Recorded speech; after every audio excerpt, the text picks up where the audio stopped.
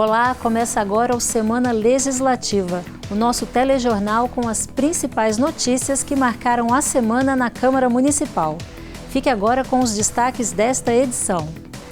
Shopping de São José dos Campos inaugura sala especial para acolher autistas. Iniciativa tem o apoio dos vereadores da Frente Parlamentar em apoio à pessoa com autismo. Acessibilidade em sala de aula. Estudantes de São José com deficiência visual ganham óculos inteligentes. Ferramenta vai auxiliar no aprendizado e autonomia dos alunos. Campanha educativa reforça a importância do uso de máscara e distanciamento social em bares e restaurantes. Foco é manter cuidados preventivos mesmo durante flexibilização do comércio. Pesquisa revela aumento no consumo de cigarro durante a pandemia.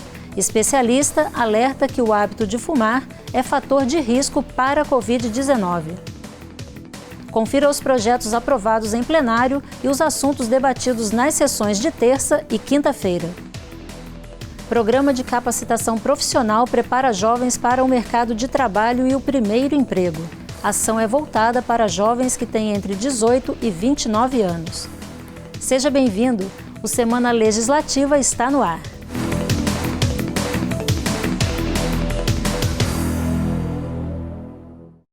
Confira agora os destaques da sessão realizada na quinta-feira. A proposta de emenda à lei orgânica que permite a instalação de termoelétricas a gás natural em São José foi aprovada em segundo turno durante a 57ª sessão do ano. A aprovação da matéria contou com 18 votos favoráveis e 3 contrários. O projeto ainda recebeu uma emenda assinada por 17 vereadores. Focada nas questões ambientais, a emenda apresentada pelos parlamentares muda os requisitos quanto ao licenciamento ambiental e passa a exigir estudos e relatórios de impacto ambiental quando a capacidade de geração da usina superar 10 megawatts, sendo necessário ainda a realização de audiência pública e aprovação do Conselho Municipal do Meio Ambiente. O projeto aprovado já vedava a instalação de usinas termoelétricas por fontes não renováveis ou por incineração de resíduos sólidos, permitindo as que usam gás natural ou combustíveis renováveis. Outro projeto aprovado, também encaminhado pela Prefeitura, altera a composição do Conselho Municipal de Atenção às Drogas.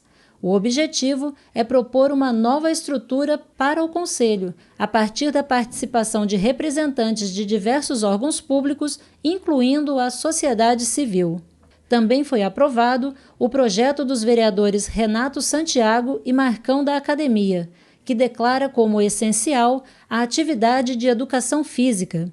Segundo a proposta, no exercício da profissão, o educador físico e personal deverá obedecer todos os protocolos de segurança e higiene no combate à pandemia de Covid-19. Com 2 votos contrários, os vereadores ainda aprovaram o projeto de lei que instituiu o regime de previdência complementar para os novos servidores municipais que ingressarem no serviço público e para os atuais que optarem pelo novo modelo. Eles terão aposentadorias e pensões limitadas ao teto do regime geral de previdência social do país, mas a base de cálculo da contribuição será diferenciada. Em primeiro turno, também foi aprovada a proposta de emenda à lei orgânica que altera o período de recesso da Câmara. Com a mudança, as sessões legislativas ordinárias passarão a ser realizadas de 1º de fevereiro a 30 de junho e de 1º de agosto a 20 de dezembro. A votação em segundo turno deve ocorrer com um intervalo mínimo de 10 dias. Durante a sessão, também foi aprovado o projeto do vereador Milton Vieira Filho, que inclui no calendário oficial de festas e eventos da cidade a Semana da Conscientização sobre a Esclerose Múltipla, que será realizada no mês de agosto. Outra proposta para datas comemorativas, também aprovada, altera a lei que instituiu em São José o Dia do Criador Preservacionista de Pássaros. De acordo com o projeto, apresentado pelo vereador Lino Bispo, a data passa a ser comemorada no 4º domingo do mês de novembro. Ainda foi aprovada uma matéria para concessão de título de cidadão joseense. A sessão na íntegra você confere no nosso canal do YouTube. O assunto agora é inclusão. Um shopping de São José dos Campos inaugurou uma sala especial para acolher autistas. Isso mesmo. O local, que ganhou o nome de Sala Azul, vai receber os autistas durante um momento de crise ou descanso, o que pode ajudar a acalmá-los. Vereadores que compõem a Frente Parlamentar em apoio à pessoa com autismo acompanharam a inauguração do espaço e aprovaram a iniciativa inclusiva. Os passeios de Jorge com o filho Samuel, que tem autismo, agora vão ser feitos com mais tranquilidade após a inauguração da primeira Calm Room, em um shopping da zona sul da cidade. O espaço, batizado como Sala Azul, é totalmente dedicado para atender pessoas com transtorno do espectro autista. O local vai ajudar pais e familiares a acalmar os filhos com autismo durante alguma crise, já que as luzes e o movimento das pessoas no shopping podem causar estresse. A criança que está no espectro, ela precisa de uma previsibilidade, que é para ela entender o que vai acontecer e o que ela vai fazer para ela se preparar, né? E quando você está num ambiente como um shopping, que é abarrotado de informações diferentes a todos os momentos, acaba tirando da criança a previsibilidade. Então essa sala consegue retornar ela àquele ambiente mais seguro e faz com que a gente possa continuar o que a gente estava fazendo antes. E tudo foi pensado para acolher e acalmar a pessoa que tem transtorno do espectro autista. O espaço foi montado em um local afastado e conta com piso de tatame em EVA, assentos confortáveis, paredes pintadas em azul claro, iluminação indireta e brinquedo para as crianças. O responsável pelo projeto foi o Felipe, que é técnico em edificações e pai de um menino autista. Segundo ele, a experiência adquirida na relação com o filho de 11 anos serviu como inspiração para a montagem da Sala Azul. Foi pensado em cada ponto sensorial, visão, audição, tato, por isso que tem até os brinquedos sensoriais, para que ele consiga regular também apertando, brincando. Então a ideia é que aqui traga essa sensação de abraço. Os vereadores Dulce Rita, Fernando Petit e Marcão da Academia, que fazem parte da Frente Parlamentar de Apoio à Pessoa com Autismo, participaram da inauguração da sala. Segundo os parlamentares, o espaço era uma cobrança dos pais e familiares que apresentaram o pedido durante reuniões à frente. Para os vereadores, o local é um avanço nas ações de inclusão e pode despertar em outras pessoas um olhar diferente para o acolhimento do autista.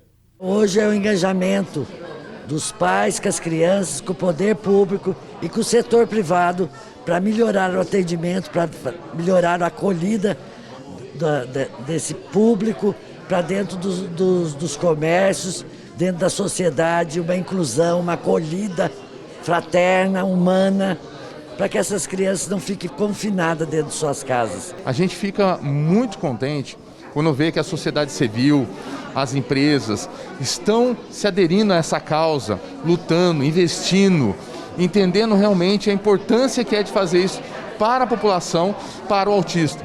Essa Sala Azul vai servir muito para conscientizar o cidadão de São José dos Campos sobre o autismo. Grande conquista. E para garantir o atendimento adequado, os funcionários do shopping foram treinados por profissionais da Secretaria de Apoio Social ao Cidadão. Um trabalho de conscientização e cuidado que, segundo o secretário da pasta, amplia a inclusão e o carinho para com as pessoas com autismo.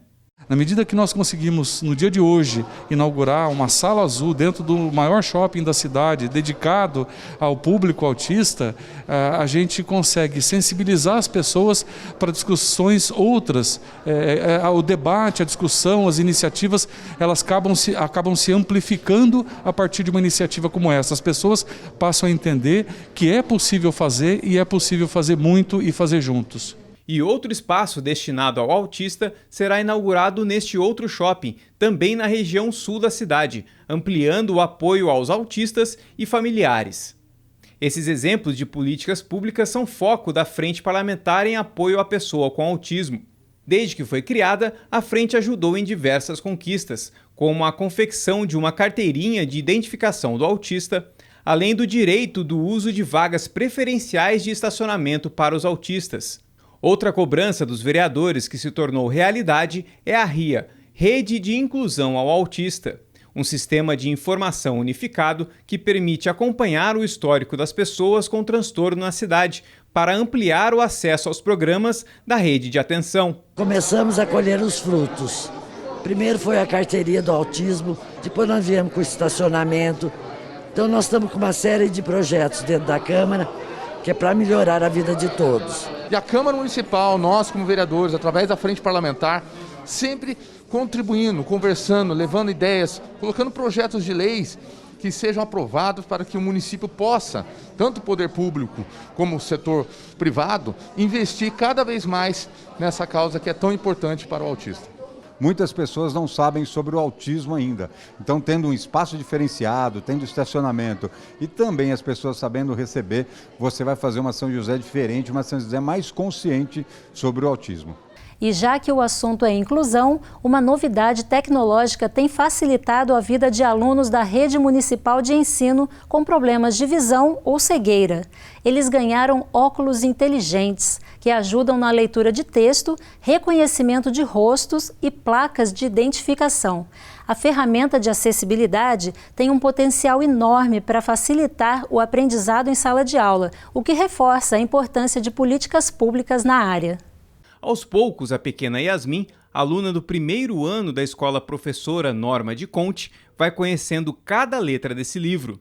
Com a ausência total da visão desde os 2 anos de idade, ela está entrando no mundo das histórias infantis graças a esses óculos adaptados. Com uma câmera acoplada em uma das hastes, o dispositivo reconhece as letras em qualquer superfície, ajudando quem tem deficiência visual ou cegueira. Para Yasmin, a adaptação aos óculos foi rápida. O óculos é meu amigo. Ele me ajuda a ler. E a Yasmin está empolgada com a nova ferramenta. Esse também é o sentimento da mãe, a Cláudia. Segundo ela, a filha está se interessando cada vez mais pelos livros e já elegeu até mesmo uma história favorita, a da Chapeuzinho Vermelho. A Yasmin, ela tá curtindo, vamos dizer assim, né, na palavra de jovem, né? Ela adora tecnologia e a historinha ser contado para ela no ouvido dela, do livro que ela mais gosta, acredito que, nossa, é uma alegria para ela, para mim. As novas ferramentas começaram a ser empregadas nas escolas municipais há 4 meses. Ao todo, são 25 óculos distribuídos para alunos que tenham alguma deficiência visual ou cegueira. Além do apoio na leitura, o acessório também ajuda no reconhecimento de rostos, placas de sinalização e cédulas de dinheiro. De acordo com o município, a intenção é que esse novo dispositivo auxilie esses estudantes no aprendizado em sala de aula. Nós, aqui da Coordenadoria da Educação Especial, enquanto Secretaria da Educação e Cidadania, estávamos à busca de novos recursos, novas tecnologias que pudessem proporcionar uma melhor acessibilidade de todos os nossos estudantes ao currículo, à aprendizagem e ao desenvolvimento. Foi quando nós encontramos esse dispositivo que permite essa leitura inteligente. Até os professores passaram por treinamentos para entender como funciona a nova tecnologia. É o caso de Miriam, professora que acompanha Yasmin. Para ela, os óculos podem ajudar a aumentar a autonomia dos estudantes, não só em sala de aula, mas também em tarefas básicas do dia a dia. A autonomia de leitura, a autonomia dela circular pela escola, a autonomia dela ver as pessoas através do óculos, a autonomia dela poder decidir o que ela quer ler, quando ela quer ler. Autonomia que pode, no futuro, ajudar os alunos com deficiência visual ou cegueira. É o que acredita a mãe da Yasmin. Para ela, a menina vai trilhar um caminho de sucesso nessa fase de crescimento. Eu vejo que o futuro da Yasmin é muito promissor. E eu sei que ela vai ser uma menina que vai lutar pelos sonhos dela. Isso eu não tenho dúvida. E no próximo bloco você confere o que foi destaque na sessão de terça-feira. E mais, Câmara apoia a campanha que oferece materiais educativos de prevenção à Covid-19 para frequentadores de bares e restaurantes da cidade. Saiba também como participar do programa Primeira Chance, que oferece oficinas e cursos de capacitação profissional. A gente volta já.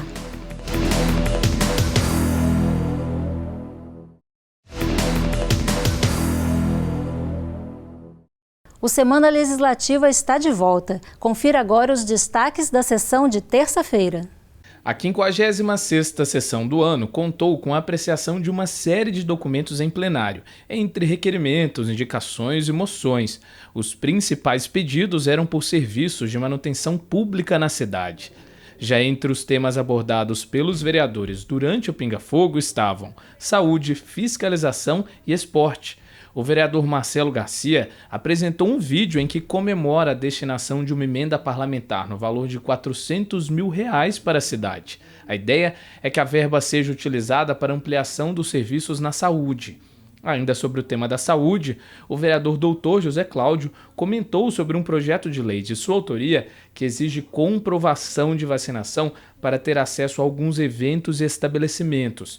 Ele também criticou quem é contra as vacinas. A vereadora Dulce Rita apresentou o trabalho de fiscalização realizado na cidade e parabenizou a ampliação da UPA de Eugênio de Melo e a entrega de um campo de futebol na região. Também na área da fiscalização, o vereador Rafael Pascucci destacou a retomada das atividades coletivas na região sul, incluindo ações voltadas para o bem-estar e qualidade de vida. Já os vereadores Marcão da Academia e Renato Santiago fizeram homenagens aos educadores físicos em função do Dia da Educação Física. Os parlamentares reforçaram a importância desses profissionais na manutenção da qualidade de vida, principalmente durante a pandemia, além da importância da valorização da categoria. Ainda durante a sessão, o vereador Juvenil Silvério reforçou o convite aos vereadores para a reunião virtual sobre a Agência Vale Paraibana de Licenciamento Ambiental. O evento terá participação de prefeitos da região metropolitana do Vale do Paraíba e Litoral Norte. A sessão na íntegra você confere no nosso canal do YouTube. E agora vamos falar de oportunidade. A Fundaz está com inscrições abertas para o programa Primeira Chance. A ideia é preparar os jovens para o mercado de trabalho e o primeiro emprego, a partir de oficinas e cursos de capacitação. Ficou interessado? Então a gente traz mais detalhes sobre como se inscrever e como vai funcionar o programa na reportagem. Foram 10 meses de espera, mas finalmente o Wesley conseguiu voltar ao mercado de trabalho. Desde junho, ele está empregado como auxiliar de produção em uma fábrica de artefatos de borracha. A vaga veio depois que ele participou do programa Primeira Chance, oferecido pela Fundaz. Para o jovem de 22 anos, o aprendizado adquirido nas aulas foi determinante para conseguir um novo emprego. Eles ensinaram a gente desde a parte motivacional até a parte da prática. Ou seja, a gente teve aulas de como se portar perante um entrevistador, até a questão da nossa mentalidade, o que acabou ajudando bastante, colocando tudo em prática aquilo que eles ensinaram durante as aulas do curso.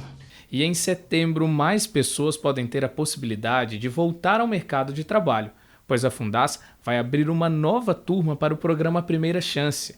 Ao todo, serão oferecidas 50 vagas e as atividades têm início previsto para o dia 28 de setembro. As inscrições já estão abertas e devem ser feitas pela internet, na página do Qualifica São José ou pelo telefone 156 até o dia 8 de setembro. Podem participar quem tem idade entre 18 e 29 anos, que seja morador de São José há no mínimo 2 anos e tenha concluído ou esteja cursando o ensino médio. O programa, na verdade, está buscando uma primeira oportunidade de colocação ou mesmo de um aperfeiçoamento nessa colocação do jovem no mercado de trabalho. A gente traz em cada uma das edições módulos diferenciados e pessoas do ramo de empregabilidade que possam estar auxiliando melhor nessa formação. As aulas serão presenciais no auditório do Centro da Juventude às terças e quintas, das 8 da manhã até o meio-dia. Durante 4 semanas, os participantes receberão informações sobre tecnologia e indústria 4.0, formatação de currículo, dinâmica de entrevistas, entre outros assuntos.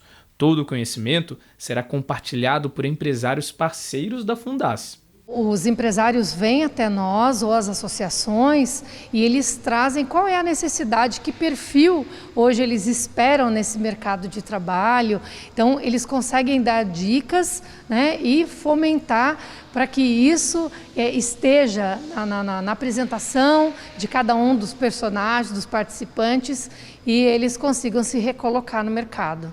Além das disciplinas técnicas, o programa também vai abordar um tema recorrente nos últimos anos, o empreendedorismo. Para Ruth Zorneta, diretora do CEPAS, a intenção é oferecer diversas opções de atuação no mercado de trabalho. A vinda desses empresários não é só, de repente, para que eles sejam inseridos dentro das empresas, mas que, se a vertente de cada um desses alunos seja de empreender, o Sebrae é um dos que traz esse módulo. Então, ele ensina como é que você consegue organizar o seu negócio, como é que você tem que fazer esse plano seu de gestão de trabalho para poder se jogar no mercado de uma maneira assertiva. E essas ações que mesclam educação e oportunidade de emprego, como é o caso do programa Primeira Chance, têm o apoio da Câmara Municipal. O vereador Júnior da Farmácia, membro da Comissão de Economia e Finanças, destaca a importância de políticas públicas que auxiliam a inclusão do jovem no mercado de trabalho. A importância da Câmara aprovar leis, novas ou fortalecer aquelas que já existem no município, para que dê oportunidade para aquele jovem, seja inserido. Muitas vezes esse jovem está sem direcionamento. A Fundas, junto com a prefeitura, ela consegue direcionar esse jovem pensando no futuro, o mercado de trabalho. E o que espera a Ruth e toda a equipe da Fundas é que os jovens saiam do programa direto para uma vaga de emprego, trilhando o caminho do Wesley. Agora, com emprego garantido, ele torce para que outras pessoas aproveitem o curso e consigam iniciar uma carreira. Sabendo aproveitar as oportunidades, você consegue ir longe. Só de ter feito esse curso, você consegue fazer grandes contatos e, quem sabe, até arrumar um emprego numa dessas empresas. As vagas, elas existem. Mesmo com a pandemia, elas estando mais escassas, elas existem. Mas elas precisam do candidato bem qualificado, bem preparado para poder ocupar essas vagas. Você sabia que a pandemia trouxe à tona algo que muitas vezes não damos muita atenção? Estamos falando da saúde dos olhos.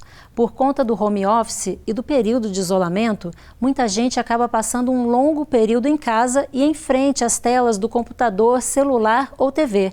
E isso não é bom. Para evitar alguma complicação, como vista cansada ou outros problemas, a gente preparou uma reportagem com dicas para manter a saúde dos olhos em dia, sem prejudicar a rotina. Confira. Durante a pandemia, o quarto do Matheus se transformou em escritório, sala de aula, além de entretenimento. O resultado? Ficou difícil tirar os olhos da tela do computador ou do celular. Ele conta que antes do home office já passava em média umas 8 horas olhando para as telas. Agora, somando estudo, serviço e diversão, vai praticamente todo dia. Vai fácil 12, 14, só subindo.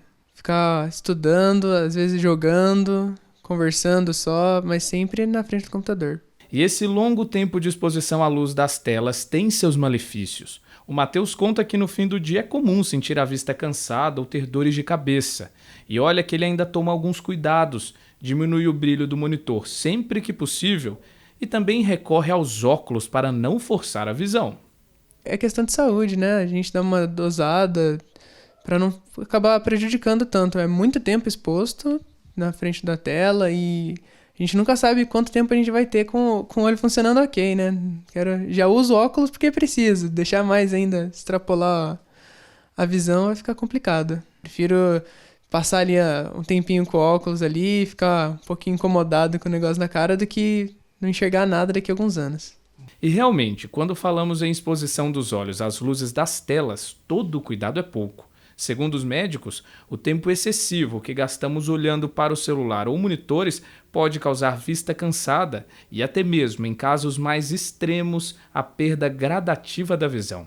Isso acontece por conta da radiação da luz das telas, que afeta a retina, e também ao ressecamento dos olhos. Esses sintomas de olho seco, de piscar menos, podem levar o paciente a ter vontade de coçar os olhos, sim. E coçar os olhos pode ter uma implicação muito importante, tá? A curto prazo pode dar pequenas infecções, pequenos traumatismos, tá? E a longo prazo tem uma complicação muito importante que preocupa muita gente, que é o ceratocone, que é um formato cônico da córnea, que pode levar a uma baixa de visão. Segundo esta oftalmologista, é preciso moderar o tempo de exposição às telas, com pausas frequentes, se possível a cada 20 minutos. Outros cuidados também são importantes. Para não forçar a vista, a tela do computador deve estar na altura dos olhos e a uma distância de 60 centímetros. Aumentar o tamanho das fontes e diminuir o brilho também ajuda. A iluminação do ambiente tem que estar adequada, tá bom? Você, de preferência, luz natural, para quem tem a oportunidade de ter a luz natural próxima ao computador, tá? O brilho, ele não deve ser nem excessivo, tá? E nem menos do que a luz natural, a luz do ambiente, tá? Não deve contrastar tanto com a luz do ambiente, deve estar coerente com a luz do ambiente, tá? E um contraste adequado das letras, tá? Das fontes e um tamanho adequado das letras. Pode aumentar o tamanho das letras se for necessário. Outra dica é administrar o tempo e as tarefas para tentar driblar a exposição à luz das telas durante o período de home office. E caso tenha algum sintoma, como vista cansada, ardência nos olhos ou dificuldade de enxergar, o melhor caminho é procurar um médico. Consultas regulares também são muito importantes. Afinal, é melhor prevenir do que remediar. Eu faço a cada 6 meses uma consulta no oftalmologista, junto com meus pais, minha irmã também, de rotina, né? Sempre tá atualizando a lente do óculos, para não ficar usando um óculos com uma lente que a gente não precisa. E eu sempre falo pro pessoal que hoje em dia eu já não enxergo mais tão bem quanto eu enxergava anos atrás, por conta talvez da tela, do óculos. E falo que eu sinto um pouco de inveja do pessoal que não precisa mais usar óculos, ou o pessoal que nunca precisou. E você continua com a gente porque no próximo bloco vamos conhecer um pouco do trabalho social de voluntários da cidade, que cresceu muito durante a pandemia. E também uma lei municipal que foca na conscientização contra o fumo. Uma pesquisa mostrou que o número de fumantes aumentou muito na pandemia, o que não é legal, né? A gente volta daqui a pouco.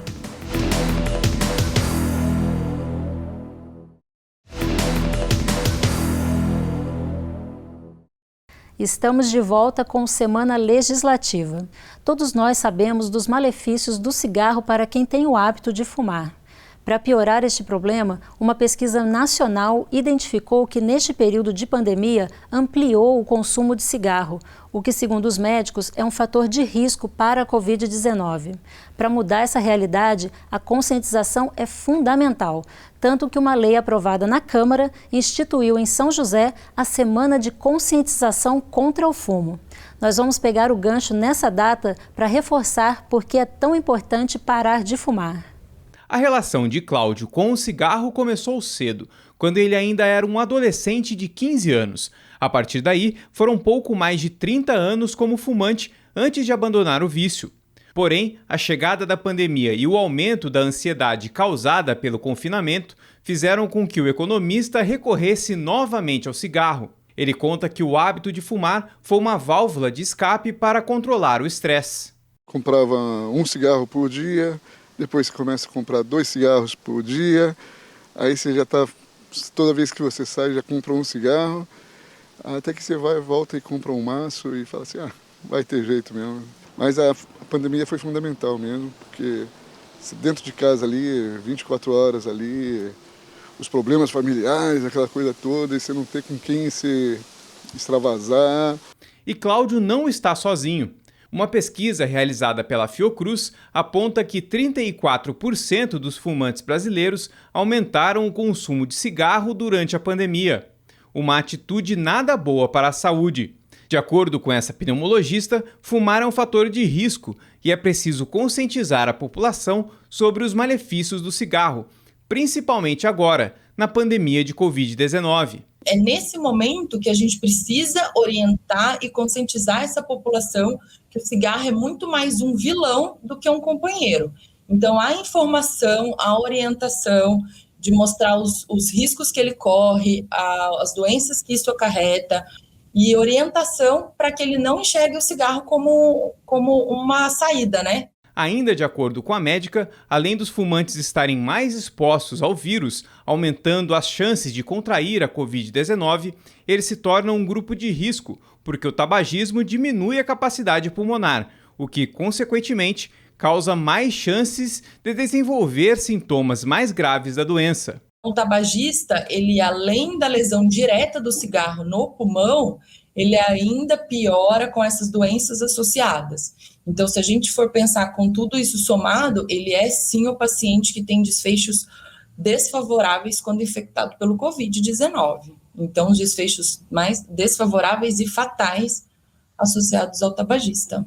Para ajudar a divulgação do trabalho anti-tabagismo, a Câmara Municipal aprovou uma lei que criou na cidade a Semana da Conscientização contra o Fumo, realizada todos os anos. Segundo a pneumologista, 60% dos fumantes têm o desejo de parar de fumar, mas não recebem a orientação adequada. O tratamento é combinado com medicação e atendimento psicológico. Existem duas bases para a gente tratar o tabagismo, né? Uma delas, a gente vai ver o risco da dependência com a nicotina, então a gente precisa usar o tratamento medicamentoso para os pacientes que são indicados. E o outro tratamento seria a terapia comportamental, ou a terapia combinada medicamentosa com o comportamental é sem dúvida que faz mais sucesso para cessar o tabagismo. O Cláudio assume que conhece os riscos, mas confessa que o emocional impacta muito no desejo de fumar. Como quer ter a saúde em dia na pandemia, sabe que o melhor caminho mesmo é largar o cigarro, uma promessa que ele quer cumprir em breve. Pretendo parar futuramente, mais 1 ano, 2 aí, passando acho que tudo isso daí eu vou começar a trabalhar isso na minha cabeça de novo. E que tal falar de educação e gentileza? Pois é, esse é o tema da campanha Gestos de Respeito, que tem como objetivo reforçar na população os cuidados de prevenção contra a Covid-19. A proposta é oferecer materiais educativos em bares, restaurantes e outros estabelecimentos similares, para conscientizar sobre ações simples, mas muito importantes no dia a dia, como o uso de máscara, distanciamento social e higienização das mãos. São gestos de respeito como estes que podem ajudar na segurança e saúde de todos. Uma ação importante que tem o reconhecimento da Câmara. Com a vacinação avançada e a flexibilização no Plano São Paulo de prevenção à Covid-19, a circulação de pessoas em São José dos Campos tem aumentado, dando a impressão de que tudo voltou ao normal. Mas apesar de um aparente cenário de normalidade, os casos da doença ainda continuam sendo registrados na cidade. Foi pensando nisso que a Secretaria de Saúde do município criou a campanha Gestos de Respeito, que tem como objetivo reforçar os cuidados que devemos ter para evitar o contágio com o vírus. A pandemia ainda está em curso, não foi superada completamente ainda, mas ninguém mais vai ficar em casa, né? Então as pessoas precisam aprender a sair de casa com consciência e tomando todos os cuidados ainda, né? Aquilo que a gente fazia no começo tem que continuar sendo feito.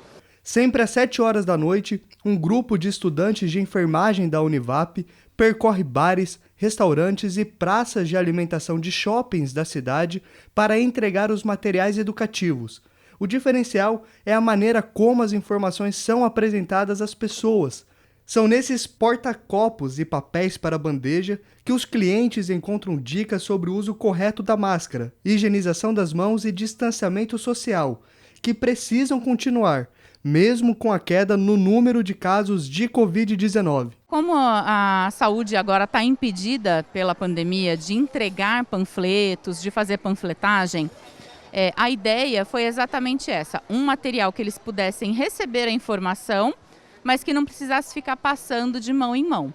Então, o papel bandeja, ele contém informações visuais muito rápidas de como cumprimentar um amigo com o cotovelo, como lavar as mãos, passar o álcool em gel, manter o distanciamento. Então, são informações muito rápidas e visuais que nesse papel bandeja a gente consegue orientar sem ter essa questão da interação. A Mariana é uma das estudantes que tem ajudado na campanha. Segundo a jovem, que cursa o último ano de enfermagem, a aceitação da ação é positiva e os clientes estão abertos a se informarem sobre os cuidados contra a Covid-19. Todo mundo está bem atualizado com as notícias, está todo mundo preocupado em saber quais são as novas atualizações, segundo os estudos, né? Todo mundo tentando seguir os protocolos e se ambientar com essa nova ambientação, né? Os vereadores Dulce Rita e Zé Luiz, que fazem parte da Comissão de Saúde da Câmara, destacam a importância de ações como a campanha Gestos de Respeito. Para eles, este tipo de política pública auxilia na conscientização das pessoas. Nós estamos ainda longe de vencer essa guerra.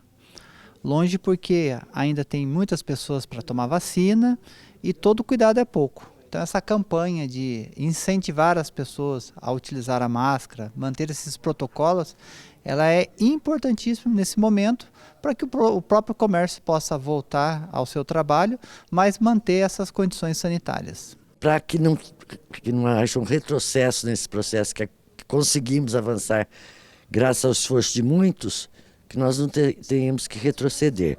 Mas eu acho que isso só vai depender do comportamento da população. A população que é o canal mais importante desse sistema, porque afinal de contas é ela que transmite o vírus. Conscientização que deve ser coletiva.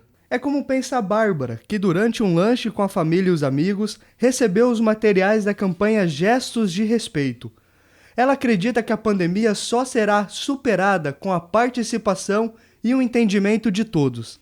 Para a gente vencer essa doença, e eu acho, né, que ela é extremamente mutante, para a gente vencer a gente tem que pensar realmente de uma forma coletiva, a gente não pode ficar no individual, porque por mais se você pensa, comigo talvez vai ser uma gripe, talvez todas as pessoas que você conheceu teve uma gripe e, enfim, foi leve o Covid, não significa que para outras pessoas vão ser, né? Então, você tem que pensar, que bom, você foi abençoado, que foi leve, mas isso realmente pode ser fatal para outra pessoa. Então, a gente tem que ter o respeito e pensar no coletivo. Destacamos agora o trabalho de quem doa um pouco do seu tempo para atuar em alguma causa social.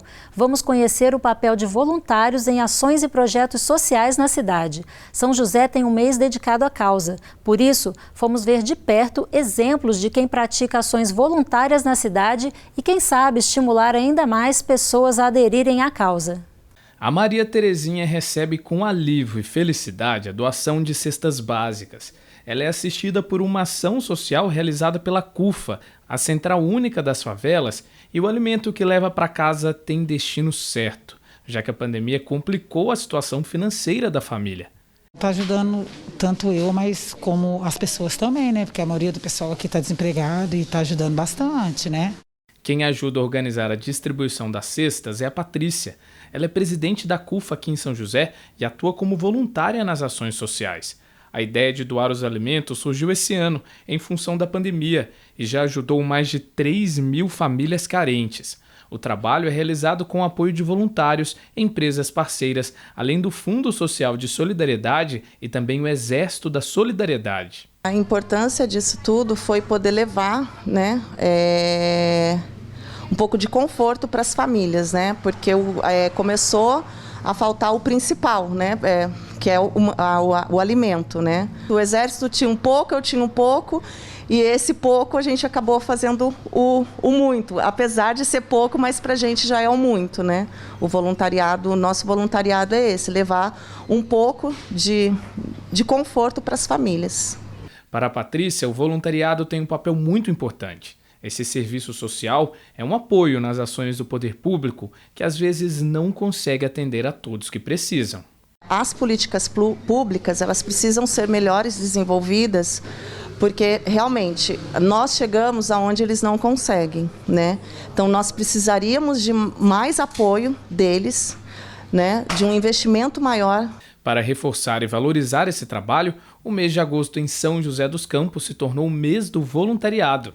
Essa é a proposta de uma lei aprovada na Câmara que busca incentivar as ações sociais na cidade com foco na solidariedade e amor ao próximo.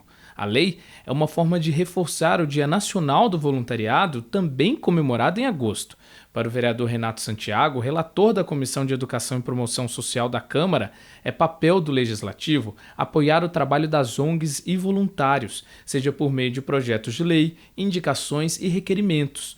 Ele também acredita que é preciso o engajamento dos parlamentares em trabalhos voluntários. Nós mesmos, né, como representantes da comunidade do povo, nos engajarmos em alguns projetos sociais para que a gente, na prática, a gente saiba as verdadeiras necessidades desses projetos e a necessidade das pessoas que também são atingidas, que recebem o apoio desses projetos sociais, projetos voluntários, esportivos, enfim. E esse engajamento também precisa ser de todos. A CUFA, em parceria com o Exército da Solidariedade, por exemplo, conta hoje com 5 voluntários, número que poderia ser maior. São José também tem outras ONGs que buscam o apoio de pessoas interessadas na causa. E caso não seja possível doar o tempo ou o trabalho, o Fundo Social de Solidariedade possui uma lista de instituições que aceitam doações, seja de mantimentos, roupas ou dinheiro. Então, participe, o voluntariado transforma a vida de muita gente que precisa de apoio. São pessoas de extrema carência, são pessoas muitas das vezes esquecidas pela sociedade, e vários trabalhos voluntários, né, de instituições, igrejas, ONGs, institutos, fazem e conseguem chegar nessas pessoas mais necessitadas. Então, o voluntário, os projetos voluntários, eles são de extrema importância porque, repito mais uma vez, ele consegue chegar onde nenhum outro trabalho consegue. E o Semana Legislativa fica por aqui. Muito obrigada pela sua companhia. Até a próxima semana.